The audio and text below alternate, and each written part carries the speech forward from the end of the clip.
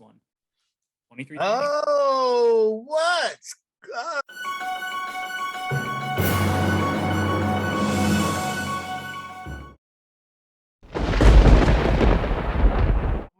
We know the deal with this one, man. Offense, defense, coaching, who's going to win the game and why. I'm going to start out with the Packers at the Vikings. Now, this one is going to be I think this is going to be a good game. So hopefully I can catch it, man. This is going to be a great one. Better matchup with offense, man. I gotta give it to oh man. See, it's tricky, right? I gotta give it to okay. The receiver core is better on the Vikings side, right? With Adam Thielen and Jefferson, and their tight end is come on as of late. Running backs, I would give it to Aaron Jones. Aaron Jones is out, but AJ Dillon, Corey has him in fantasy, killed me, but AJ Dillon is now. It looks like he's ready to take over. He looked good. So even though I think Aaron Jones is out for a couple weeks, Dillon's a good running back, but he's no Dalvin Cook. But then I got to give the edge to just because of Rodgers. Aaron Rodgers got to give the edge over Kirk Cousins. And because they have a decent running game and Devontae Adams, I got to give the Packers the edge on offense. Defense. The Vikings defense isn't good. It's probably middle of the pack the way they've been playing. They've been giving up a lot of points. But the Packers have not. The Packers defense is good, and they're getting healthy. Shout out. I know I doubted the pick, but Eric Stokes is playing good. He's playing very good, man. I doubted it, but their defense is I mean, seriously, their defense played really good against Kansas City with Jordan Love. Like if that was any other, let me say, if that was, I don't want to say any other quarterback, but if you had a veteran quarterback like Teddy Bridgewater or Case Keenum or Trevor Siemian, the Packers might have won that game. Seriously, man, their defense played that good. So I gotta give a shout out defense on the Packers side.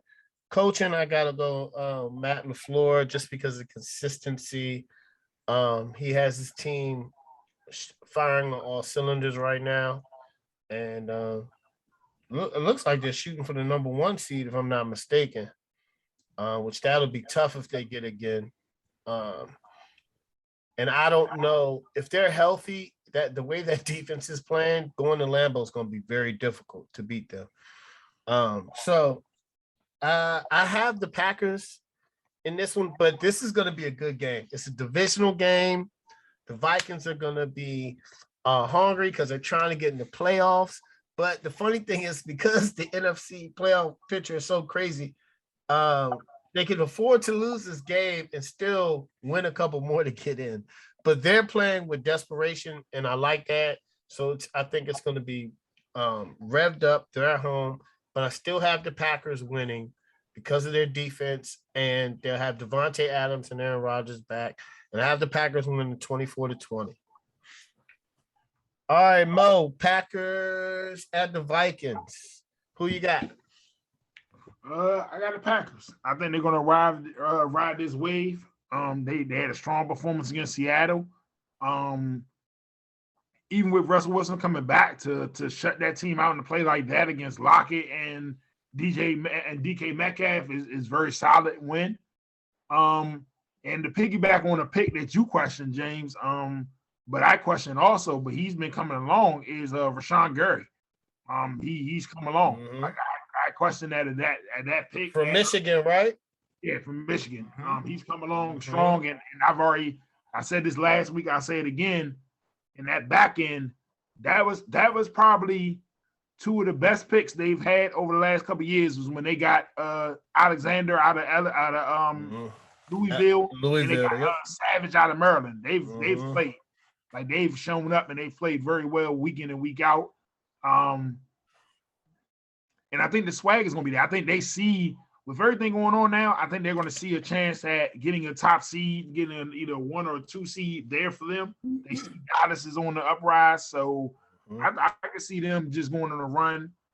Minnesota's defense, like you said, is terrible, which is bad because Zimmer is a defensive guy. I honestly think Zimmer doesn't make – I think out of respect for him, he makes the rest of the season. But I don't see him coming back next season. I'll be shocked. I'll be shocked. So I think Green Bay is going to win, and because it's the divisional game, you see it close. I see it being a maybe a 27-20 type win. All right, Corey, Packers and Vikings. Who you got for this game? Both offensively, defensively. I'd give the edge to Green Bay. The Packers did lose their in-season edition, Whitney Merciless, to a season-ending injury this week. But as you guys said, their defense has looked really good. And that's been without their 2 best players on defense, Adarius Smith and Jair Alexander, who they're still hoping to get back for a playoff run. The Vikings are in a position, they're in the midst of a wild card hunt. They do have the 10th most difficult schedule the rest of the way.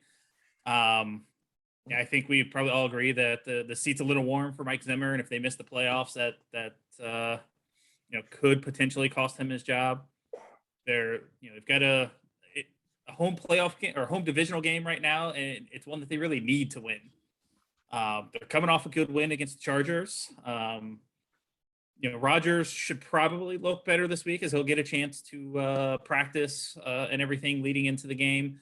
But the offense could need a little bit of adjustments with Aaron Jones out. With the Packer offense looking a little shaky, maybe needing some adjustments, I'm going to go ahead and take Minnesota in this one. 23. Oh, what? Like that, Corey. You gotta add some. You know what? I like that. Minnesota's backs against the wall. Yeah. They need it. I like that, man. All right. Craig, Packers and Vikings, who you got? Man. Division games are always tough. Offensively, I'm actually taking Minnesota. I think they had the better overall offense. I think they had the better wide receivers.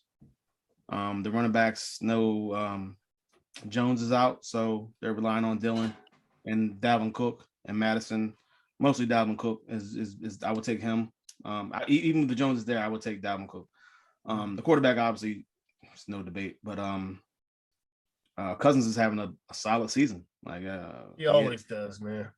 I mean, but he's not turning the ball over. He's getting, so but the thing that did it for me, I guess, was the sacks given up.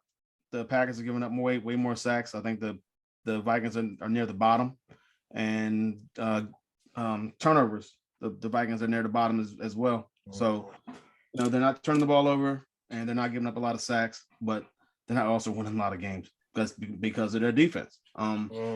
They've been in a lot of games. I think every game except for one, it's been a 1-score game, including last week.